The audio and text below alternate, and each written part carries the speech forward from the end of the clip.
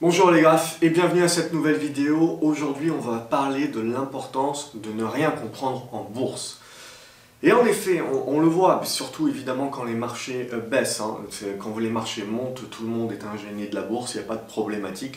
Et d'ailleurs, je peux le voir en règle générale, de par les statistiques de recherche, personne ne s'intéresse réellement au marché. C'est quand les marchés commencent à se casser la figure que l'on commence à douter et que donc un maximum de personnes se mettent du coup à avoir peur et à se demander voilà, qu'est-ce qui va se passer, jusqu'où la baisse va aller et du coup qu'est-ce qu'ils doivent faire de leurs actions. Et c'est là évidemment où les émotions prennent le dessus et où on commence à faire énormément d'erreurs. Et c'est là également clairement que l'on fait la différence entre les personnes qui ont une certaine expérience et les personnes qui débutent et qui ont du mal à accepter dès que les marchés se cassent la figure.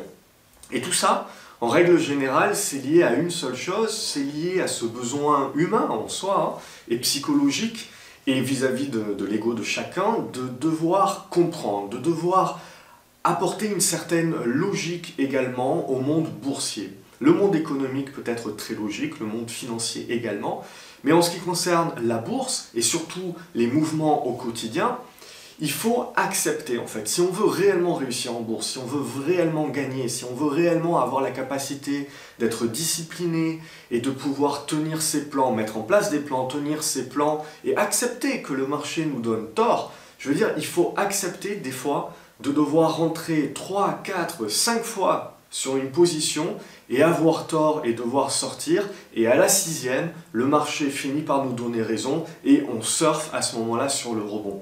Et ça, c'est très important de le comprendre. Beaucoup de personnes ne le comprennent pas. D'une part, parce qu'elles pensent que dès qu'elles rentrent en position, il faut qu'elles aient raison. Et donc ça, en règle générale, ça les mène à leur perte. C'est pas parce que vous êtes rentré en position que le marché va vous donner raison tout de suite. En règle générale, on a très rarement le timing parfait, mis à part si on est vraiment un trader de très court terme, et là, on recherche évidemment à être très bon, très parfait dans le timing. Mais surtout, la raison première, une des raisons sur laquelle on pourrait expliquer finalement pourquoi 90-95% des investisseurs perdent en bourse, c'est parce qu'ils cherchent à comprendre.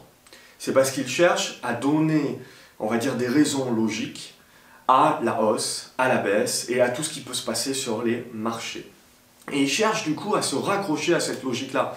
Mais pour moi, c'est la théorie, quelque part c'est comme la théorie du chaos. Malheureusement, si vous recherchez en permanence à expliquer les choses, si vous cherchez à trouver une logique à la moindre baisse, à la hausse, etc., vous vous enfermez dans un piège. Et ce piège en bourse, il peut être très dangereux. Et en règle générale, si on regarde en gros les personnes qui ont le plus de mal pour être réguliers et gagner en bourse avec une certaine discipline, c'est les personnes en règle générale qui sont très orientées procédure, qui sont très orientées système. Donc en règle générale, c'est des professions aussi, donc des cadres supérieurs, des chefs d'entreprise, également des médecins, des chirurgiens. On voit beaucoup de ces personnes-là et ils ont besoin de cadrer les choses. Et ce besoin de cadrer les choses, d'expliquer les choses par logique, de passer par une procédure, c'est-à-dire si se passe ça, je fais ça et je suis à la lettre, etc. C'est là où on voit toute la difficulté et c'est là où on voit également le besoin de changer quelque part le mindset et la psychologie autour de ça. C'est pour arrêter d'essayer de comprendre les choses. Arrêter d'essayer de donner des raisons à la baisse, à la hausse, pourquoi le si, pourquoi le comment. Parce que ça biaise complètement votre esprit.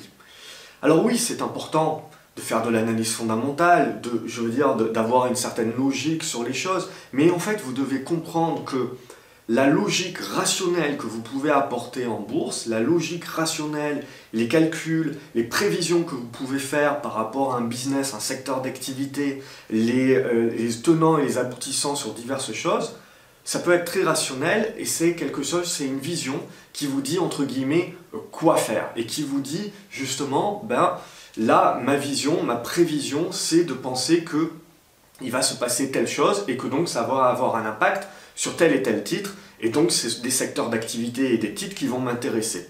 Et ça vous dit le quoi faire. Et derrière l'analyse graphique, c'est ce qui va vous apporter le quand le faire. Et ça, c'est très important. Le timing, c'est quand le faire. Et derrière, le money management, donc c'est-à-dire la gestion du risque, c'est-à-dire c'est-à-dire l'acceptation de par votre ego que vous pouvez vous planter, ou que vous pouvez avoir raison, mais pas au bon moment, et que donc le marché peut vous prouver avoir tort, jusqu'à ce que le marché réalise lui-même et donc aille dans votre sens, mais en attendant, vous pouvez être sorti de la position, vous pouvez être insolvable, vous pouvez être déjà complètement ruiné d'avoir gardé cette position contre le marché. Donc tout ça, il faut le comprendre, et en fait, une règle simple pour essayer quelque part de vous aider à changer le mindset, c'est arrêter de vouloir comprendre les choses. Arrêtez de vouloir dire ben là ça a baissé, pourquoi ça a baissé?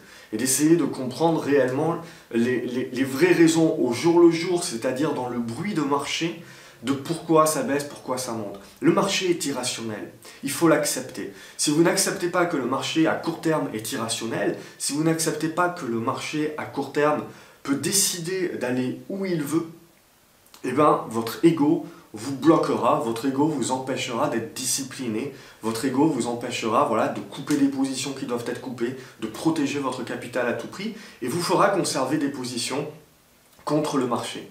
Alors dans certaines conditions de marché, vous aurez l'impression que c'est une bonne décision puisque les titres finiront par remonter, mais dans d'autres conditions de marché, vous plomberez complètement la performance annuelle, si ce n'est votre performance depuis quelques années en faisant ça. Donc il faut faire très attention par rapport à ça, et justement au besoin, et je dirais, de ne pas chercher à comprendre.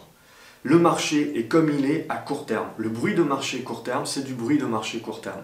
Il y aura toujours une irrationalité et des accès qui sont à la hausse et à la baisse et qui devront être corrigés. Mais vous ne savez pas quand. Et ça, c'est derrière à vous, dans vos plans, d'accepter de ne pas savoir, d'accepter que le but n'est pas d'avoir raison ou d'avoir tort. Le but est de prendre des positions qui ont le moindre risque possible.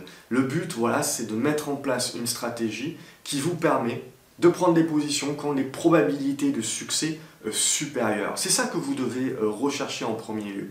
Et pour pouvoir rechercher ça, pour pouvoir accepter d'avoir facilement tort, de sortir d'une position, même si vous avez des convictions profondes, même si vous avez une logique rationnelle, une logique financière, économique, qui vous dit que en effet ce secteur d'activité ou ce titre-là va par des tenants aboutissants X ou Y performer, vous devez accepter que le marché ne vous donne pas encore le bon timing. Vous devez donc accepter de rentrer sur la position. Le marché ne vous donne pas le bon timing, vous sortez de la position.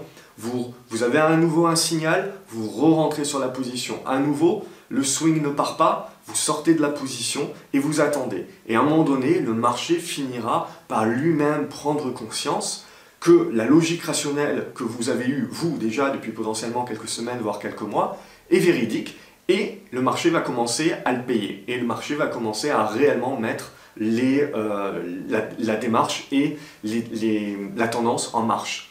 Mais ça peut mettre des semaines, ça peut mettre des mois à se mettre en marche. Et vous, pendant ce temps-là, c'est du capital bloqué, c'est du stress, c'est de l'incompréhension, de dire la bourse c'est n'importe quoi, la bourse n'est pas rationnelle, etc. Oui, acceptez-le. C'est la seule façon de réellement pouvoir retirer également des émotions supplémentaires, c'est que d'accepter que la bourse va être irrationnelle à court terme, d'accepter que, en effet, il y aura des accès à la hausse, à la baisse, et que c'est n'importe quoi. Oui, mais à long terme, vous devez avoir des convictions, mais vous ne pouvez pas avoir de certitude. Et donc, vous devez suivre ce que le marché fait. Et le marché, à court terme, aura toujours raison.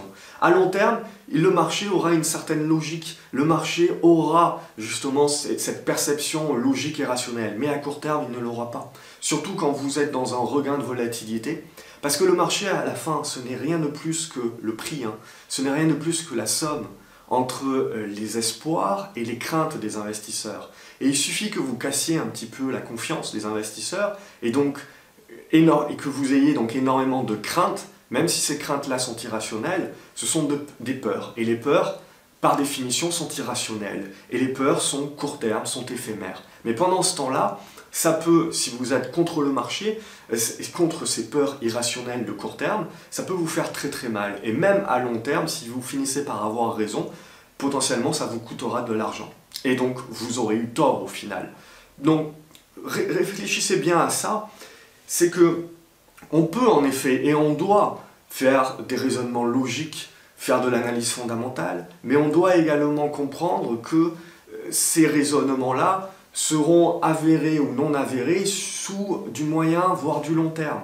À court terme, le marché peut décider de broyer du noir s'il a envie de broyer du noir. Le marché peut décider d'être excessif et d'être euphorique s'il a envie d'être euphorique. Donc, à court terme, il faut comprendre qu'il ne faut pas comprendre. Il faut comprendre qu'il ne faut pas chercher, justement, à comprendre et tout analyser. C'est de la perte de temps, c'est de la fatigue émotionnelle, c'est de la fatigue également intellectuelle. Il faut tout simplement accepter ce que fait le marché. Donc, avoir ses convictions à moyen et long terme et œuvrer dans ces conditions-là, mais derrière, à court terme, savoir que le marché peut prendre beaucoup plus de temps à avoir le même raisonnement que vous, ou à le valider ou à invalider votre raisonnement, et à partir de ce principe-là, pour dire que le timing est essentiel, et que donc pour avoir le bon timing, vous devez accepter à court terme que seul le marché a raison, et que à ce moment-là, vous devez éviter de vous battre contre le marché, même si vous avez des convictions profondes. Et surtout, il ne faut pas hésiter à rentrer en position, ressortir de la position, et puis revenir.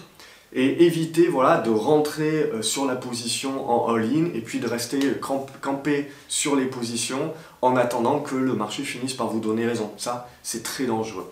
Donc voilà un petit peu pour ce conseil, surtout quand les marchés deviennent en effet irrationnels.